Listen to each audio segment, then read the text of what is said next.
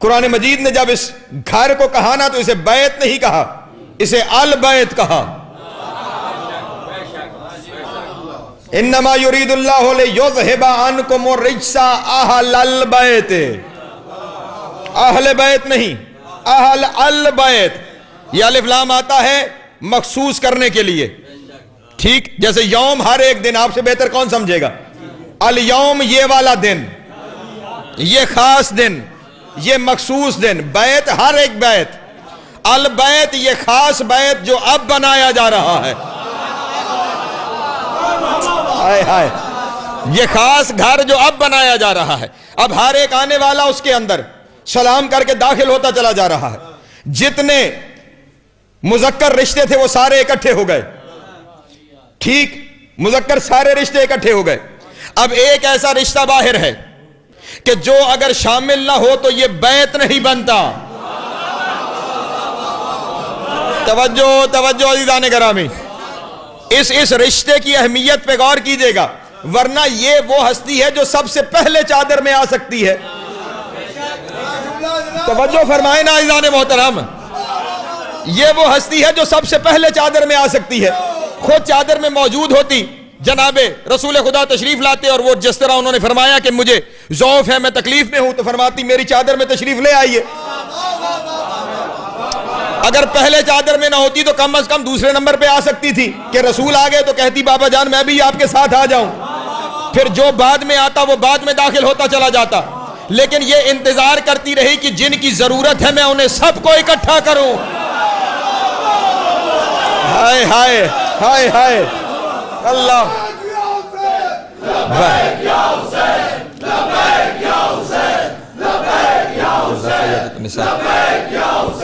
شکر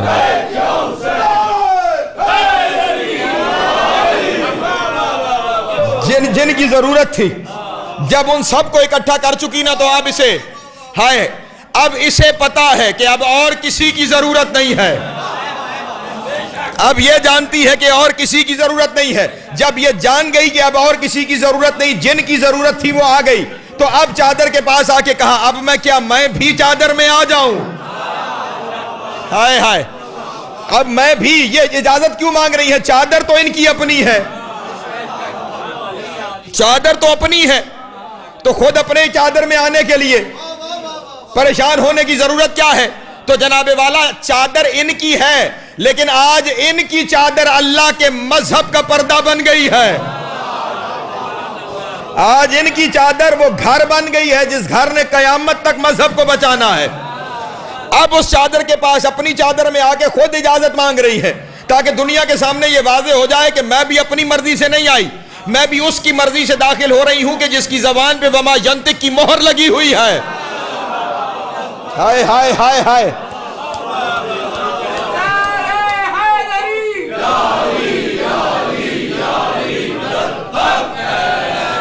میری شہزادی اگر چاہے نا تو صرف اس حدیث قصہ کے اوپر پورا اشرا پڑھا جا سکتا. ٹھیک, نواسے کو ضرورت ہے, اور پھر بچپنے کے اس عالم میں جہاں 5-6 سال کا زندگی کا سن ہے, وہاں نواسے نے کبھی اجازت مانگی ہے نانا جان آپ کے پاس آ جاؤں؟ وہاں تو نواسے دوڑتے ہوئے آتے ہیں اور اپنے نانا سے لپٹ جاتے ہیں. کوئی دنیا کا قانون نہیں کہتا کہ نواسے کو اجازت لینے کی ضرورت ہے, وہ تو ان کی محبت ہی ایسی ہے, وہ جا کے نانا سے لپٹ جائیں. کوئی روک سکتا ہے؟ کوئی غلط کہہ سکتا ہے؟ لیکن وہ آج جو بظاہر ننھا بچہ ہے وہ بھی آ کے اجازت مانگ رہا ہے, تاکہ دنیا کو پتا چلے آج ہم صرف اس رشتے کی محبت میں اکٹھے نہیں ہو رہے, آج اکٹھے کیے جا رہے ہیں. ہائے ہائے, جی سلامت رہے, مولا آپ کو عزت عطا فرمائے.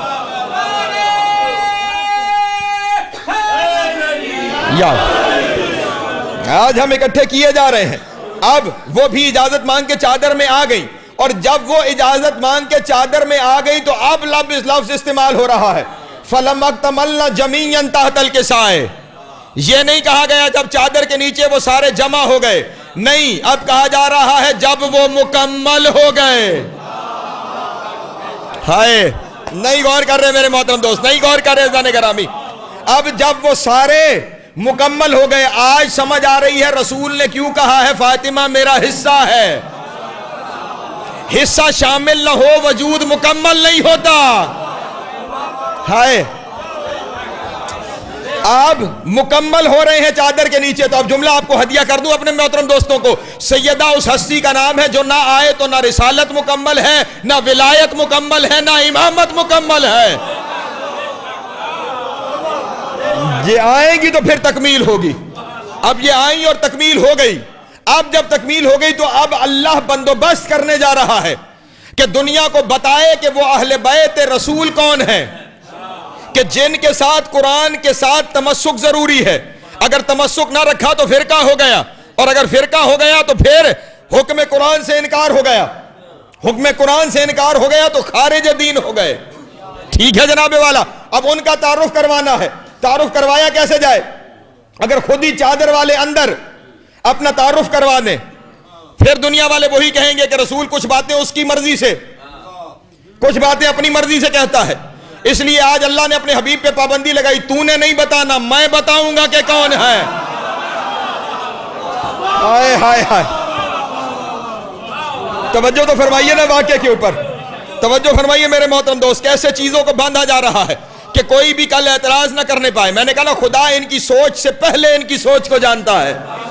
وہ جانتا تھا کہ یہ کل کہیں گے کہ کبھی نبی ہوتا ہے کبھی بشر ہوتا ہے. اس وقت جو بات کر رہا تھا وہ بشر کی حیثیت سے کر رہا ہے. ٹھیک ہے، اس لیے میرے نبی تو نے تعارف نہیں کروانا، تو نے تعارف نہیں کروانا. میں بتاتا ہوں کہ چادر کے نیچے کون ہے. اور جبریل میں بھی کیا خود سے بولنے لگوں، پوچھ یہ کون ہے. ہائے ہائے اللہ اکبر. سلامت رہے حیدری، سلامت رہے. مولا آپ کو عزت عطا فرما، حسین کی ماں آپ کو سلامت رکھے. آج پوچھ یہ چادر کے نیچے کون ہے. میرے اللہ روز ہی تو جاتا ہوں پوچھوں کیا. کہا کبھی پوچھنا اپنے لیے نہیں ہوتا، کبھی کسی کو بھی بتانا ہوتا ہے. پوچھ یہ چادر کے نیچے کون ہے. یا رب ومن تحت القصا، اگر چاہتا ہی ہے تو پوچھتا ہوں، ومن تحت القصا، چادر کے نیچے کون ہے. فرمایا اب میں تجھے بتاؤں، ہم اہل بیت النبوت و معدن الرسالہ.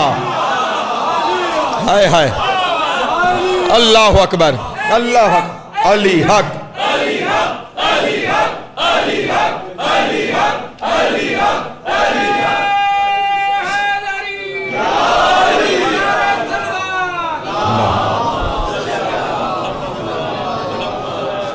ہم اہل بیت النبوت و معدن الرسالہ.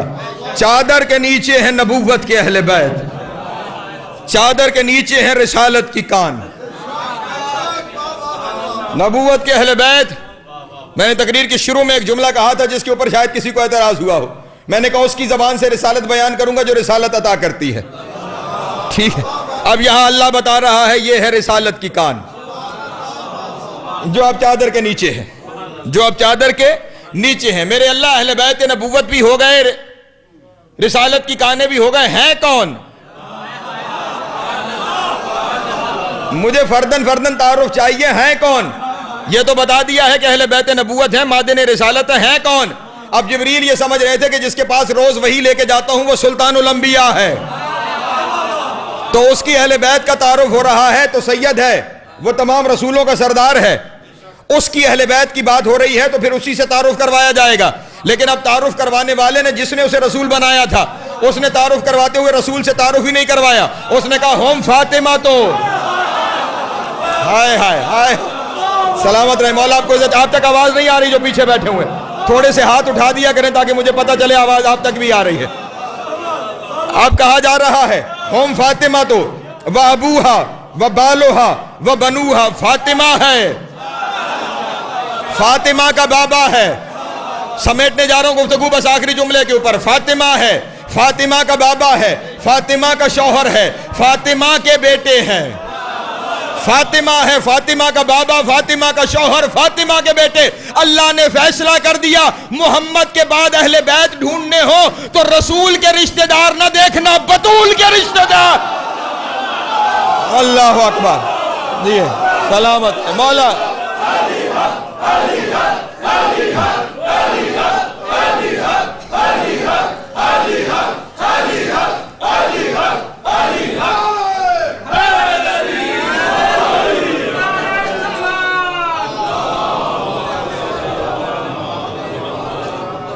بطول وہ مرکز ہے جسے رسول اپنے بعد چھوڑ کے جا رہے ہیں.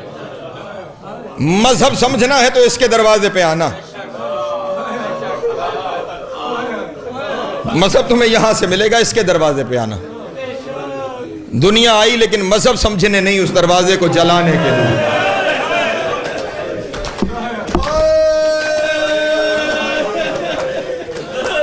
کہ جہاں سے مذہب سمجھنا ہے اس گھر کو ہی ختم کر دیا جائے, تاکہ وہ باقی ہی نہ رہیں جنہوں نے قرآن بتانا ہے, وہ باقی ہی نہ رہیں کہ جنہوں نے اسلام سکھانا ہے. تفصیل سے شہادت تو میں آپ کے سامنے پڑھوں گا جب تاریخ شہادت ہوگی, لیکن آج کیونکہ ذکر یہاں پہ ہے نا, اس لیے پہلی مجلس میں ہی ذکر سیدہ سے ہی بات شروع کرنا چاہتا ہوں, اور کل سے پھر اس ترتیب سے مصائب پڑھوں گا جس سے میرے بھائی نے مجھے کہا ہے ترتیب سے مصائب پڑھنے کی. وہ کہ جسے رسول کتب دین بنا کے گئے ہیں, جسے رسول مرکز شریعت بنا کے گئے ہیں, جس کے دروازے کو رسول اس لیے دکھا کے گئے کہ اس دروازے سے تمہیں حق ملے گا, جس کے دروازے پہ کھڑے ہو کر 1 سال تک اللہ کا رسول آیت تطہیر کی تلاوت کرتا رہا, جس کے دروازے پہ اللہ کا رسول بغیر اجازت کے داخل نہیں ہوتا تھا, جو اگر سامنے آ جائے, یہ سارا احترام کس لیے کیا جا رہا ہے کہ بعد رسول اگر دین ملے گا تو اس سے ملے گا, جو آ جاتی ہے تو رسول اپنی مسند چھوڑ کے کھڑے ہو جاتے ہیں, اپنی مسند پہ بطول کو بٹھاتے ہیں, اور اس وقت تک خود نہیں بیٹھتے جب تک بطول بیٹھی ہوئی. اور ایک جملہ مورخین نے لکھا, میں بھی یوں سرسری نظر سے پڑھ کے گزر جاتا تھا, لیکن بعد شہادت رسول جب سیدہ کے مصائب میں نے پڑھے تو پھر مجھے پتا چلا کہ رسول ایسا کیوں کرتے تھے. جب بھی بطول آتی تھی نا, اگر یہ جملہ سمجھ میں آ گیا, اس سے آگے لفظ کہنے کی ضرورت ہی نہیں ہے, جب بھی بطول تشریف لاتی تھی رسول کھڑے ہو کے بطول کے ہاتھ چومتے تھے.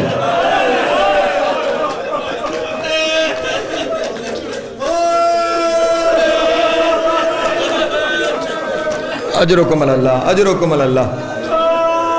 مولا آپ کا گریہ قبول فرمائے, حسین کی ماں آپ کا ماتم قبول فرمائے.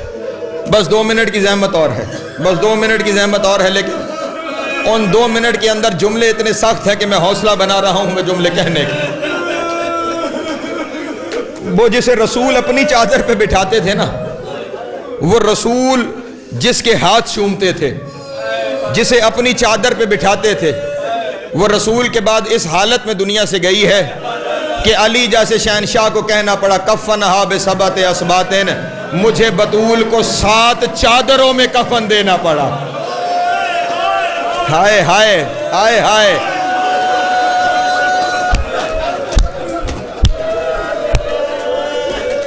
اس سے آگے مصائب میرے پاس نہیں ہے. جس میں اطہر بطول سے اتنا خون جاری تھا, مجھے 7 چادروں میں کفن دینا پڑا. ایک شخص نے, بس 2 روایتیں اور سن لو, ختم ہو گئی میری گفتگو. ایک شخص نے حضرت ابو ذر غفاری سے, اور اسی شخص نے جس نے ظلم کیا تھا, اس نے جناب ابو ذر سے سوال کیا. اس روایت کو آقا وحید خراسانی نے اپنی کتاب کے اندر نقل کیا ہے. اس نے جس سے ظلم کیا تھا, اس نے حضرت ابو ذر سے سوال کیا, محمد کی بیٹی کس حالت میں دنیا سے گئی؟